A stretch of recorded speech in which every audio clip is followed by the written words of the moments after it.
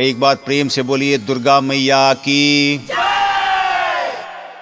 तो अब हम सभी तीसरे दिन की कथा का वर्णन सुनेंगे। आज चंद्रघंटा माता की आराधना की जाती है। माँ दुर्गा की तीसरी शक्ति का नाम चंद्रघंटा है। नवरात्र उपासना में तीसरे दिन माँ के इस विग्रह का पूजन आराधना की जाती है। इनका स्वरूप परम शांतिदायक और कल्याणकारी है। इनके मस्तक में घंटे के आकार का अर्धचंद्र है। इसी कारण इस देवी का नाम चंद्रघंटा पड़ा। इनके शरीर का रंग स्वर्ण के समान चमकीला है। इनका वाहन सिंह है। साधना करने वाले उपासक को चाहिए कि वह अपने मन, वचन, कर्म एवं शरीर से शुद्ध होकर विधि विधान के अनुसार माँ चंद्रघंटा की शरण लेकर उनकी उपासना आराधना में तत्पर हों। इनकी उपासना से हम समस्त सांसारिक कष्टों से छुटकर सहज ही परम पद के अधिकारी बन सकते हैं। तो आइए तीसरे दिन अब तीसरी अध्याय की कथा का श्रवण करते हैं। आज माँ भगवती द्वारा महिषासुर का वध की कथा है। महिषासुर के प्रधान सेनापति चिक्षुर ने जब देखा कि हमारी सेना का संहार हो रहा है तो वह क्रोध से भर गया और स्वयं भी अंबिका से युद्ध करने के लिए चल पड़ा। उसने युद्ध के मैदान में जाकर देवी पर वाणों की ऐसी वर्षा की जैसे बादल मेरु पहाड़ के शिखर पर पानी की धारा बरसा रहे हों। इस पर देवी ने अपने वाणों से चिक्षुर के बाणों को काटकर उसके सारथी एवं घोड़ों को मार डाला। उसके बाद देवी ने चिक्षुर के धनुष तथा ध्वजा को भी काट दिया। चिक्षुर के धनुष के कट जाने पर देवी ने उसके अंगों को भी अपने वाणों से घायल कर दिया। धनुष, रथ, घोड़ा और सारथी के नष्ट हो जाने पर चिक्षुर अपने हाथ में ढाल एवं तलवार लेकर भगवती देवी का वध करने के लिए आगे बढ़ा। उसने तलवार से सिंह के मस्तक पर प्रहार करके बड़े वेग से उसने देवी की बाईं भुजा पर वार किया। वह तलवार जब देवी की भुजा पर पड़ी तो वह टूट गई। इस पर क्रोध से लाल नेत्र करके चिक्षुर ने अपने त्रिशूल से देवी पर वार किया। त्रिशूल आकाश मार्ग से गिरता हुआ सूर्य के समान प्रकाशमान दिखाई पड़ा। त्रिशूल को अपनी ओर आते देख देवी ने अपने त्रिशूल से चिक्षुर के त्रिशूल के 100 टुकड़े कर दिए और इसके साथ ही देवी के त्रिशूल ने महाबलवान चिक्षुर के प्राण भी हर लिए। इस प्रकार देवी ने चिक्षुर का अंत कर दिया। चिक्षुर की मृत्यु के बाद देवताओं का शत्रु चामर दैत्य हाथी पर सवार होकर माँ भगवती से युद्ध करने आया।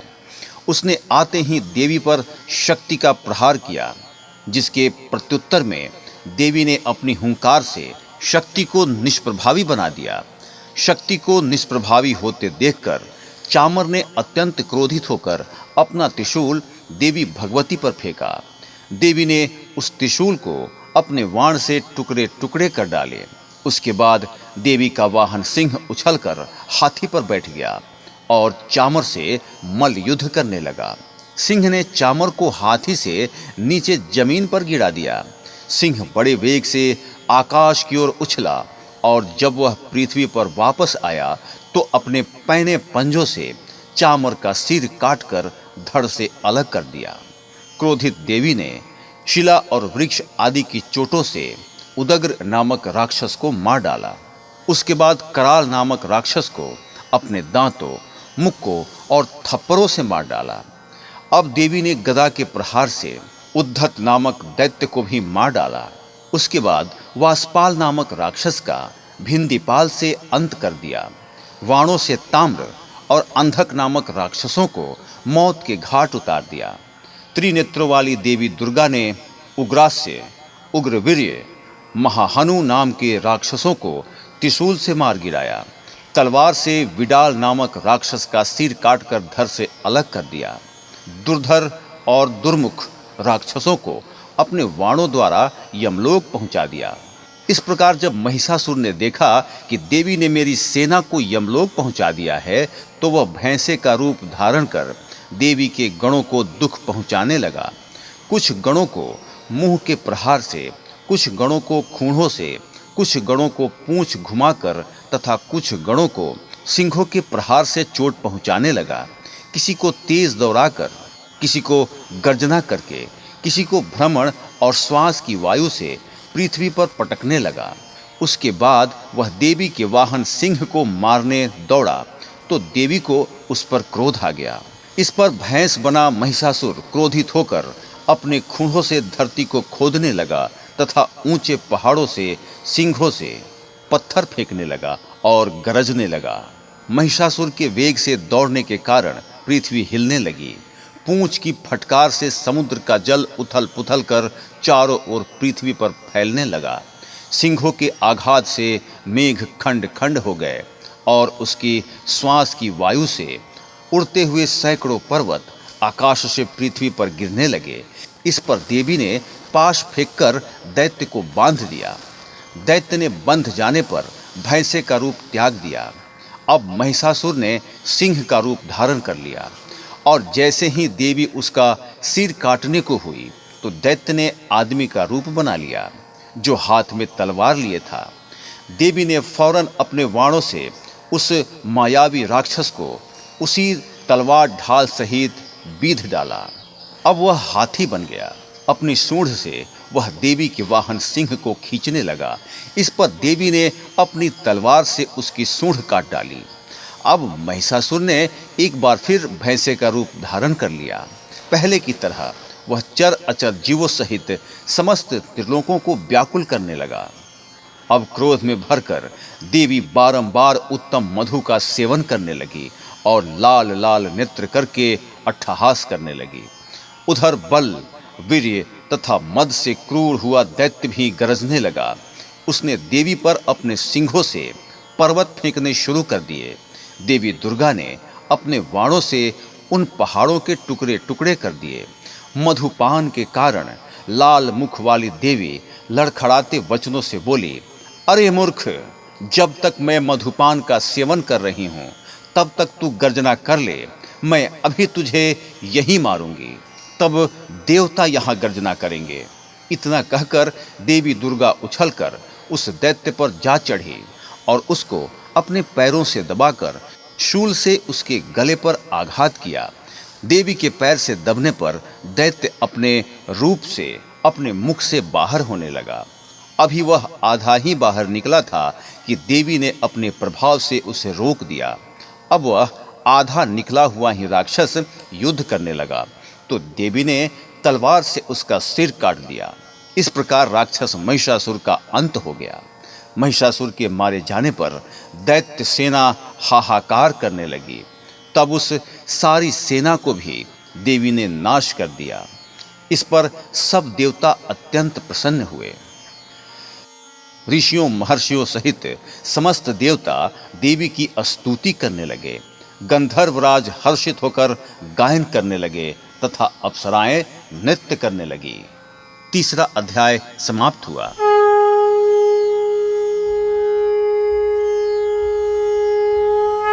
एक बार प्रेम से बोलिए दुर्गा मैया की।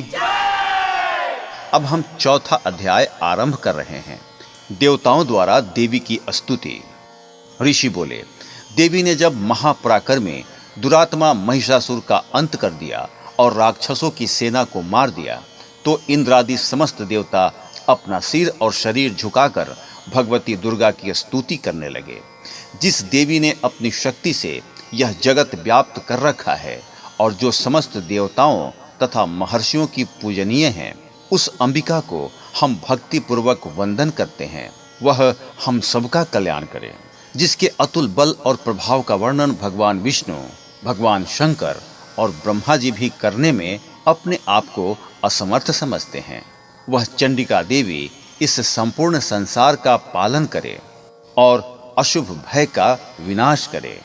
पुण्यात्माओं के घरों में आप स्वयं लक्ष्मी का रूप हो और पापियों के घरों में आप अलक्ष्मी रूप हो और सतकुल में जन्म लेने वालों के लिए तुम लज्जा रूप होकर उनके घरों में निवास करती हो। हम उस दुर्गा भगवती को नमस्कार करते हैं। हे देवी, इस संसार का पालन करें। हे मातेश्वरी, आपके इस अचिंत्य रूप, असुरों का संहार करने वाली शक्ति तथा युद्ध में असुरों के साथ आपके अनेक प्रकार के चरित्रों को हम किस भांति वर्णन कर सकते हैं, अर्थात आपकी महिमा का वर्णन शब्दों से बाहर की बात है। आप संपूर्ण संसार की उत्पत्ति का कारण हैं। आप में सत्वगुण, रजोगुण, तमोगुण तीनों उपस्थित है, तो भी दोषों के साथ आपका संसर्ग नहीं बन पड़ता। भगवान विष्णु और महादेव आदि देवता भी आपका पार पाने में असमर्थ हैं। आप ही सबकी आश्रय हैं। यह समस्त जगत आपका अंशभूत है, क्योंकि आप सबकी आदि भूत अव्याकृता पराप्रकृति हैं। हे देवी, संपूर्ण यज्ञों में जिसके उच्चारण में सब देवता तृप्त होते हैं, वह स्वाहा आप ही हैं। इसके अतिरिक्त आप पितरों की भी तृप्ति का कारण हैं, इसलिए सब लोग आपको स्वधा कहते हैं। हे देवी, यह विद्या जो मोक्ष को देने वाली है, जो अचिंत्य महज्ञान स्वरूपा है, मोक्ष की इच्छा वाले मुनिजन जिसका अभ्यास करते हैं, वह तुम ही हो। हे देवी, आप वाणी रूप हो, दोष रहित हो, ऋग्वेद तथा यजुर्वेद की एवं उद्गीत और सुंदर पदों के पाठ वाले साम वेद की आश्रय रूपा हो। तुम भगवती दुर्गा हो। इस संसार की उत्पत्ति एवं पालन के लिए तुम वार्ता के रूप में प्रकट हुई और तुम संपूर्ण विश्व की पीड़ा हरने वाली हो। हे देवी, जिससे समस्त शास्त्रों को जाना जाता है, वह मेधा शक्ति तुम ही हो, और दुर्गम भवसागर से पार करने वाली नौका भी तुम ही हो। लक्ष्मी रूप से विष्णु भगवान के हृदय में निवास करने वाली और भगवान महादेव द्वारा सम्मानित गौरी देवी तुम ही हो। हे देवी, मंद मुस्कान वाले निर्मल पूर्ण चंद्र विलंब के समान और उत्तम सुवर्ण की मनोहारी कांति से कमनिया तुम्हारे मुख को देखकर भी महिषासुर क्रोध से भर गया। यह बड़े आश्चर्य की बात है। हे देवी, तुम्हारा यही मुख जब क्रोध से भर गया तो उदय काल के चंद्रमा की तरह लाल हो गया और तनी हुई भौहों के कारण आपका रूप विकराल हो गया। इसे देखकर भी महिषासुर के शीघ्र प्राण क्यों नहीं निकल गए? यह बड़े आश्चर्य की बात है। हे देवी, तुम हमारे कल्याण के लिए प्रसन्न होती हो। आपके प्रसन्न होने से इस विश्व का अभ्युदय होता है, और जब आप क्रुद्ध हो जाती हैं तो कितने ही कुलों का सर्वनाश हो जाता है। यह हमें अभी अभी ज्ञात हुआ है, जब तुमने महिषासुर की विशाल सेना को देखते ही देखते मार डाला। हे देवी, आप उन्नति को देने वाली हैं।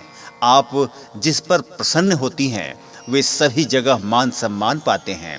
उन्हें ही धन और यश मिलता है। वे अपने धर्म का भी पालन करते हैं। वे ही रक्षित रहते हैं। वे अपनी पत्नी, अपने बच्चों तथा संबंधियों के साथ प्रसन्न रहते हैं। हे देवी, आपकी कृपा से ही अत्यंत आहत पुण्यात्मा पुरुष अपने धर्म संबंधी कार्य प्रतिदिन निष्पादित करते हैं। आपकी कृपा से ही उन्हें स्वर्ग लाभ मिलता है। इसी कारण आप तीनों लोक में फल देने वाली मानी जाती हैं। हे देवी दुर्गे, आपका स्मरण करने पर आप प्राणियों के भय हरण करने वाली हो। स्वस्थ पुरुष जब आपका स्मरण करते हैं तो आप उन्हें अत्यंत पवित्र बुद्धि प्रदान करती हैं। दरिद्रता, दुख और भय हरने वाली हे देवी, आपसे बढ़कर और कौन इस संसार में है? आप ही सबका उपकार करने वाली तथा सर्वदा दयामयी हो। हे देवी, उन असुरों का विनाश करने से संसार में सुख और शांति हो, और ये राक्षस नरक में रहने के निमित्त भले ही पाप करते हों, परंतु युद्ध में मरकर इनको स्वर्ग मिले, यह सोचकर ही आप इन राक्षसों का संहार करती हो। हे देवी, संपूर्ण राक्षस आपके केवल देखने मात्र से ही भस्म हो सकते थे, फिर आपने अस्त्रों शस्त्रों से इनका विनाश किया। इसका कारण यही था कि शस्त्र के प्रहार से राक्षसों को भी स्वर्ग प्राप्त हो जाए। इस प्रकार शत्रुओं के लिए भी आपके विचार कितने उत्तम हैं। हे देवी, आपकी तलवार की उग्र प्रभापुंज और त्रिशूल की चमक से उन राक्षसों की आंखें फूट जानी चाहिए थी, परंतु इसका भी एक प्रमुख कारण यह है कि चंद्रमा की किरण के सदृश आपका शीतल मुख उन्होंने देख लिया था। हे देवी, आपका शील स्वभाव दुराचारियों के दुष्ट स्वभाव को निवृत्त करने वाला है। आपका रूप अचिंत्य है, इसकी तुलना किसी से नहीं की जा सकती। आपका पराक्रम तो देवताओं के पराक्रम को नष्ट करने वाली राक्षसों के पराक्रम को नष्ट करने वाला है। इस प्रकार आप शत्रुओं पर भी दया करती रहती हो। हे देवी, आपके इस पराक्रम की बराबरी किसी से नहीं की जा सकती है। शत्रुओं को भयभीत करने वाला आपका पराक्रम और सुंदर स्वभाव और किसी में नहीं है। हृदय में ममतामयी दया और युद्ध क्षेत्र में कठोरता, तीनों लोकों में आपसे बढ़कर किसी में नहीं है।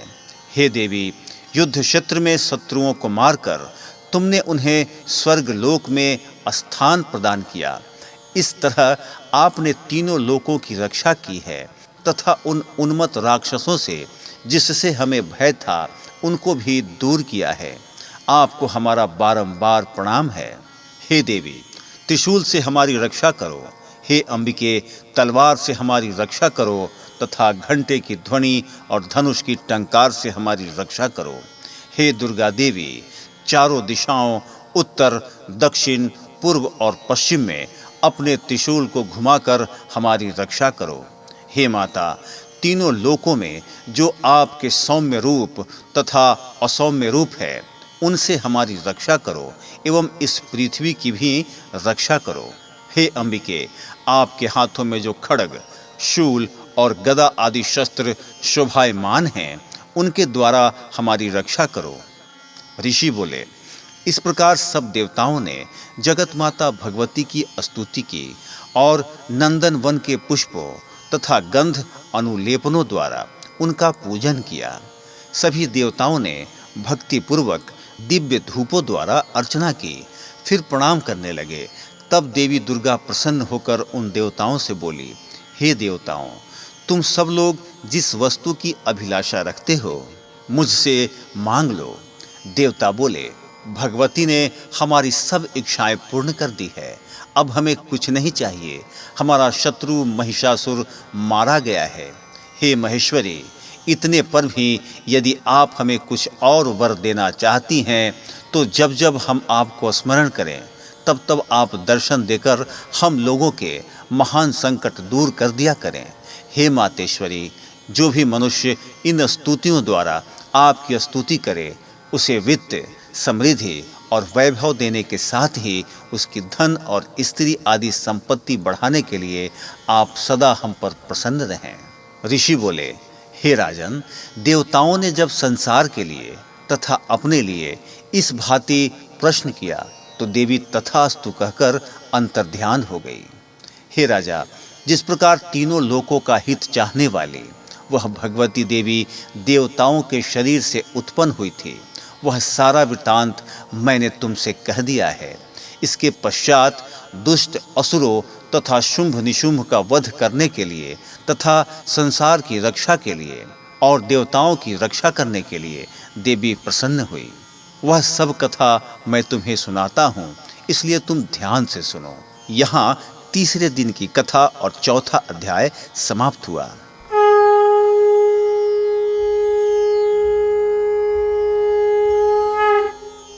एक बार प्रेम से बोलिए दुर्गा मैया की।